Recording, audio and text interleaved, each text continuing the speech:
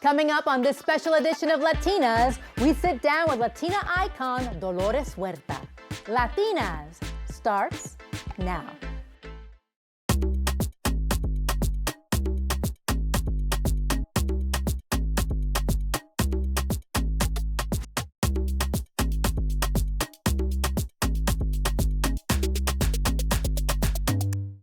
Welcome to Latinas, the only Emmy-nominated show that's all about nosotras, created by nosotras. And I'm Tinabeth Piña. May is Labor History Month, and I had the incredible honor of sitting down with labor icon Dolores Huerta, who at 96 years old continues to inspire generations.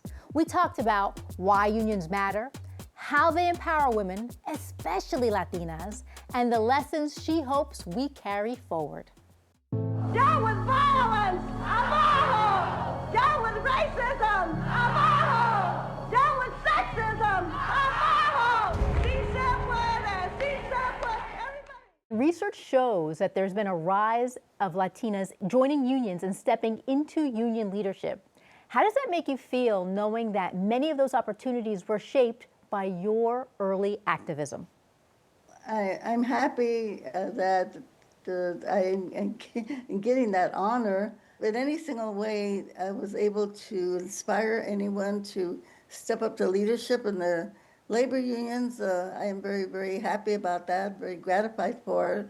And I hope that I was, as you said, able to, kind of show the picture of women being in leadership, which I know is often very, very difficult, not only in labor unions, but you might say in any other segment of society. How did you even know that this was something that you could do so many years ago, and then you're seeing parallel lives doing the same thing? That's got to make you feel so darn proud. Well, when I started, I just really wanted to help people. I remember there were some of the Mexican braceros that had been brought in from Mexico, and they had been injured in an accident. Then we got involved in trying to help them and their families, and then seeing workers on the workplace, the way that they were being treated and the way they were exploited. It just made me so angry that people should be treated this way. And that came to the conclusion that the only way these workers are really going to be able to help themselves, these are farm workers, is by having a union. And so then my father had been very active in the mine workers union in New Mexico. He was a very strong union advocate. And even though I was not raised with my father, I knew of his union activities. And then I knew that the only way that workers could really be protected is when they were able to come together in an organization. Of course, that organization for workers is a labor union. And so then I became very, very dedicated to the idea that the workers have to learn that they can win when they come together, when they take direct action, and that this is the way that you make the changes. And then, of course, all of that leads to democratic action by getting people to register to vote, getting them to vote, getting them to become citizens. And this is where the real power is in our democracy. So I just became enamored with that whole idea of giving ordinary people power. I was very fortunate. I had a great mentor named Fred Ross Sr., who taught me how to organize an early organization before we started the Farm Workers Union. But I think labor organizing is extremely important. It's not easy. It's very, very hard. What we do as labor organizers is just convince other people that they've got to come together, that they've got to take a collective action in order to gain the power that they need to make the changes that need to be made. Pero lo que estamos fincando aquí es una organización, una unidad para hacer los cambios sociales y económicos que necesitamos para ser hombres y mujeres libres. Y vamos a ver la victoria pronto, compañeros. Bueno, muchas gracias, compañeros, y que viva la causa. Did you have a different aspect because you are Latina and you're this Latina in the late 60s, early 70s having such a voice that other Latinas didn't have that voice at that time as strongly, and that it's resonated for so many years later? Well, I know that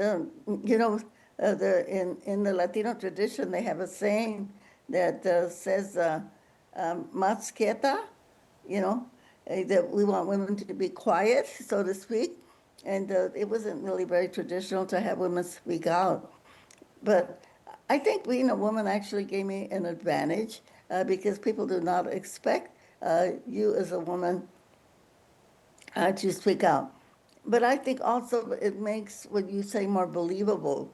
I think women are more trustworthy, and when they speak, then people listen closely to what they have to say, and they believe them.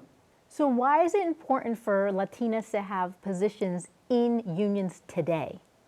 Well, especially today when we know that people of color are under such a fierce attack from the administration, that women's voices are more needed now more than ever. And what do you hope the next generation of Latina union leaders accomplish?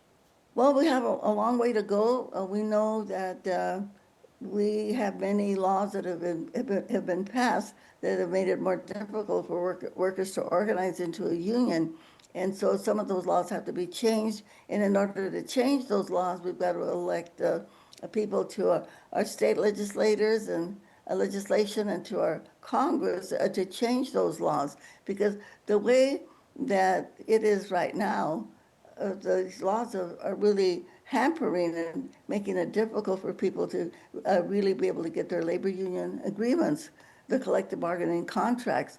And so we have a lot of work to do because labor is falling far behind in terms of having the legal representation that they need, the political representation that they need. So, and this, of course, is really costing because we know when we talk about the minimum wage, for instance, the minimum wage, had it kept up with the cost of living, would probably be like $70 an hour instead of the $15 or $20 an hour that people are talking about.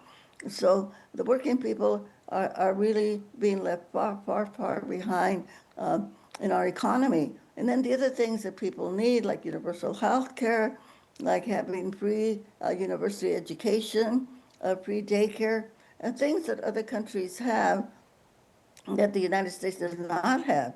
And when we think that the United States of America, we are the richest country in the world, and that we do not have these social benefits that countries in Europe have, people in Germany and Denmark and Norway and all these other countries.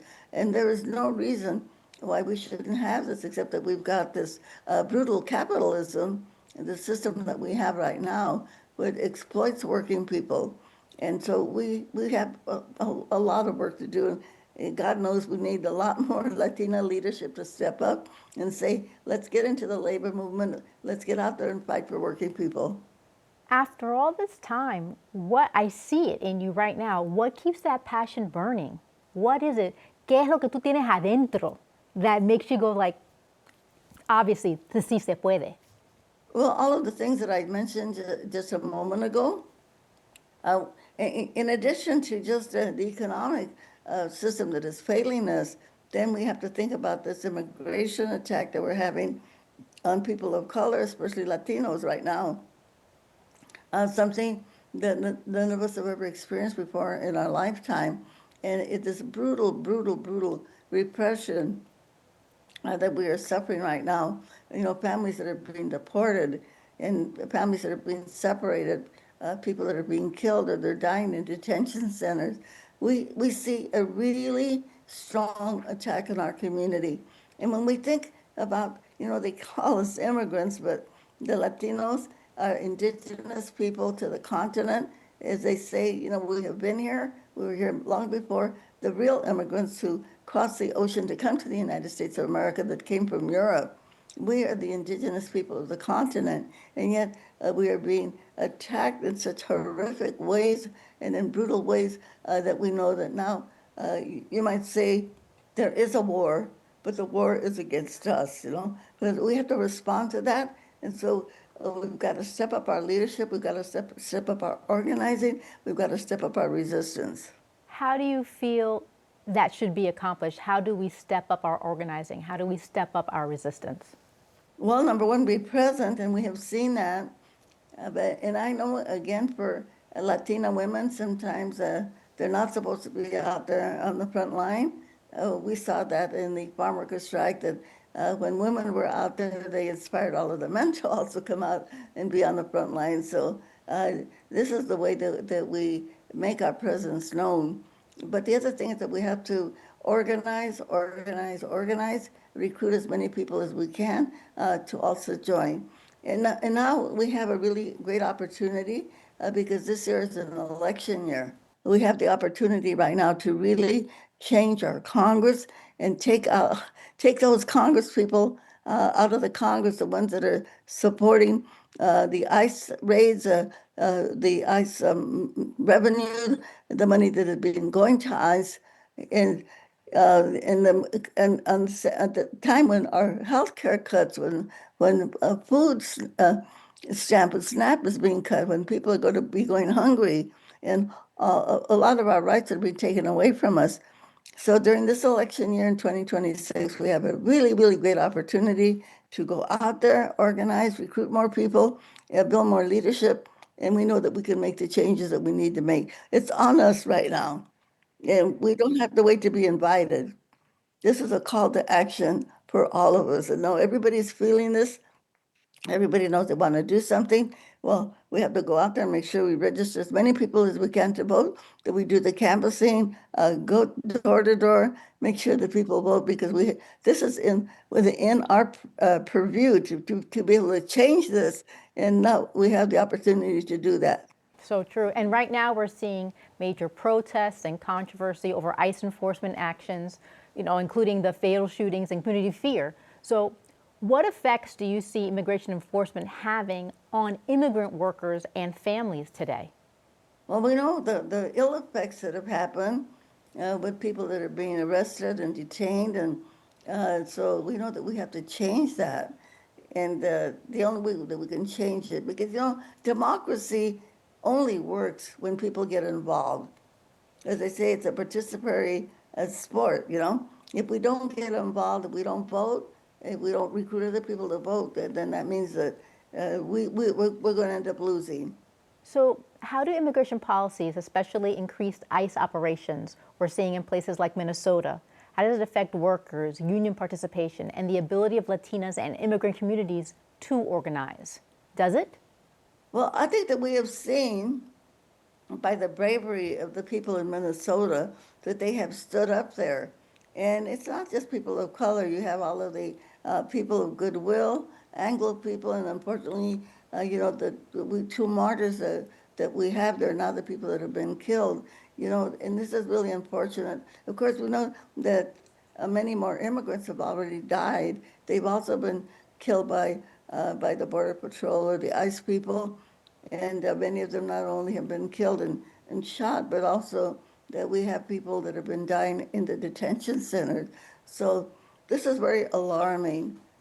And the fact that people are standing up for them, I think it's very good, because, they talk about people being criminals, but like here in Kern County in Bakersfield, California, we were the first city to be hit. 90 people were arrested. Of the 90 people, there was only one person that had any kind of a criminal record. And we have these rapid response teams right now, I know all over the country. And here in Kern County, the rapid response teams are led primarily by women, by Latina women. That's something. What is the one thing you want people, especially Latinas and immigrant workers, to understand about their rights when interacting with ICE or other enforcement agencies? Is there anything in particular? Well, just that we just have to, whatever we were doing before, all of these ICE raids happen, and I know it's disrupting a lot of lives, that we have to just kind of refocus and put our minds and our energy in the work that we're doing to do whatever we can to support our communities, the people that are being affected right now, the people that are not citizens or legal immigrants to this country. There's no reason why they should have to be suffering the way that they do, because we know that they have contributed and continue to contribute so much to our United States of America. And if we don't set up for them, we should be the first responders, that stand up for our community. Absolutely. What would you tell your mentor that you mentioned earlier so many years ago? And what would you tell the Dolores then when you're looking at 40, 50, 60 years later of activism? What would you tell yourself then, now? Well, I would have said to that Dolores, you're going to have a really exciting future. You're going to be on this really long journey for justice. There's going to be a lot of pitfalls, a lot of discrimination. It's going to be a lot of joy, but there's also going to be sorrow along the way because things are going to happen that you have no control over. You will be going to jail many times, as I did. You will be beaten by the police, as many other people have. But the main thing is don't give up. And I think that's my message to everybody out there. Don't give up. Because as we do this work, as we do the justice work, we keep learning, we keep getting stronger. This is a journey that we cannot quit. The more we learn in the work that we do, the more that we can actually provide our communities, the more that we can give, and the more that we can inspire other people to also join. So I think that's the main thing. Don't give up, keep working as hard as you can, and take joy from what you do. And even though sometimes we have disappointments, and we have people that will criticize us because they don't understand the work that we're doing. But as long as what we're doing, we're trying to help other people, we're doing the right thing, and we're being useful to society. When I was doing research and I saw videos of you, in a hospital bed after getting beaten up, what was it in you that allowed you to not give up? Because sometimes it's easier to give up than to continue going forward. Well, because the work is still there. Discrimination is still happening. People are still suffering. And the main thing that we do also as organizers is just to recruit other people and explain to them, because a lot of people don't understand. They don't understand how our system works, our democratic system, or they don't believe in it. They've never been taught, the democratic process. And they don't understand that they have power. And I think the main thing that we do as organizers is to explain to people, make them understand that they have the power to change their conditions, that they don't have to wait for somebody to come and do it for them, that they themselves have the power and the knowledge. All we have to do is, again, get together, take that direct, nonviolent collective action, elect the people that we want to govern us, whether it's on our school board, our city council, our state legislature. This is our Congress of the United States. This is the way that we build power. And there's nobody in the world that can do this better than Latina women. From your lips to God's ears. They have a saying in Spanish that the politicians, they say in Spanish, no más vienen a ver el nopal cuando tiene tuna. That politicians only come to see the cactus when it is bearing fruit. We're glad to say that this does not apply to Senator McGovern because he has been with the union time and again in times of need from the time that we first started our first struggle and in our boycott and in our strikes and in times of crisis he's always been with us. And we're just really glad that he was able to come now when we are facing such a crisis in the state of Arizona in the terms of the teacher of the Farm Workers Union. I support the farm workers' rights to organize and to bargain collectively in Arizona, in California, Texas, in Florida, and all across this land.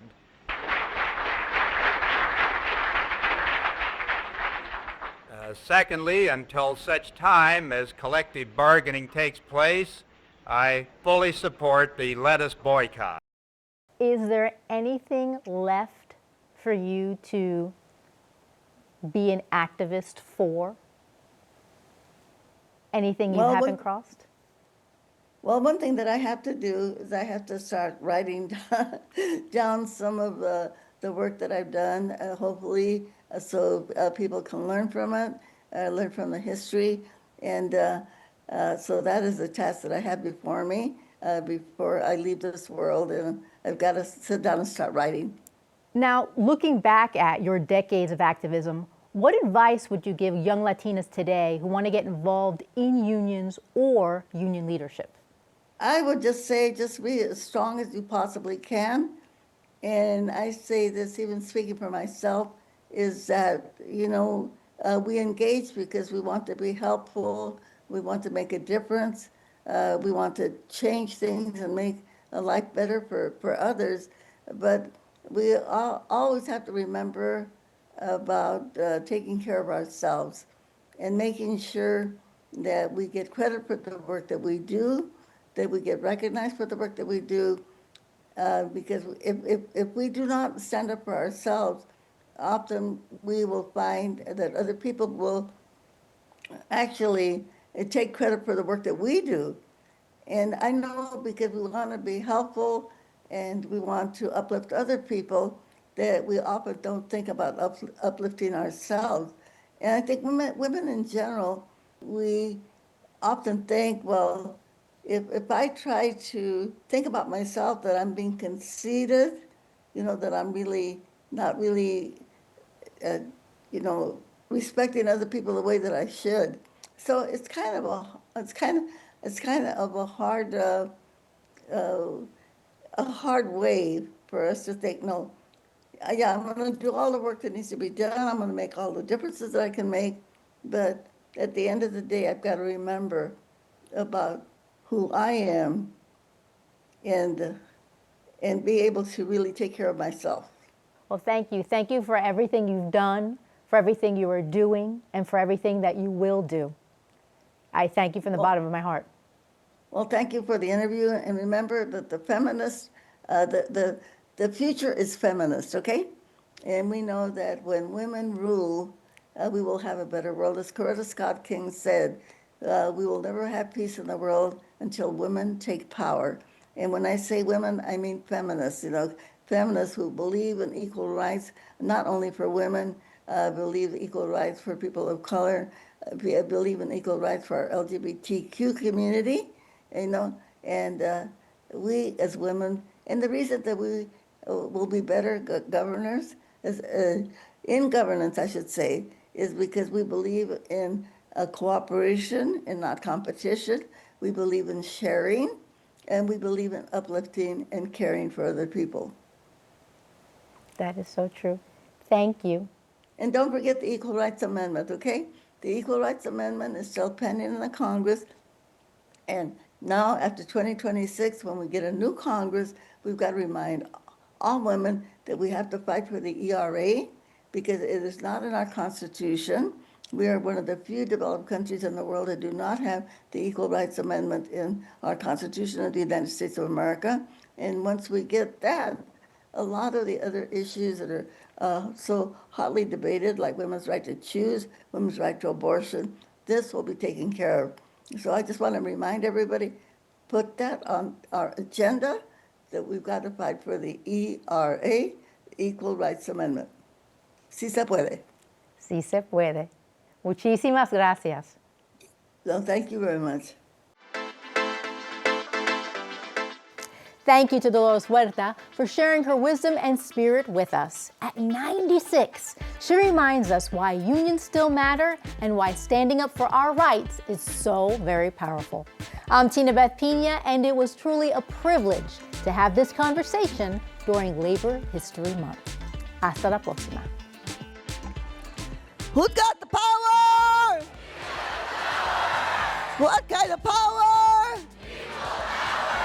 So are we going to go out there and organize and engage and campaign and vote? What do we say? ¿Se puede o no se puede? Okay, let's all do it with an organized hand clap. Everybody, let's go all together. Let's go. Sí se puede.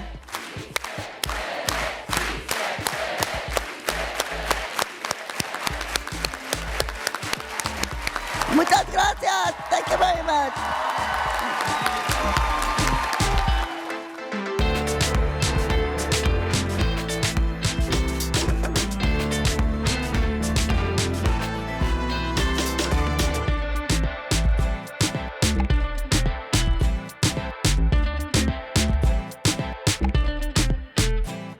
If you like what you just saw and to support your favorite programming here at CUNY TV, please consider donating at tv.cuny.edu/donate.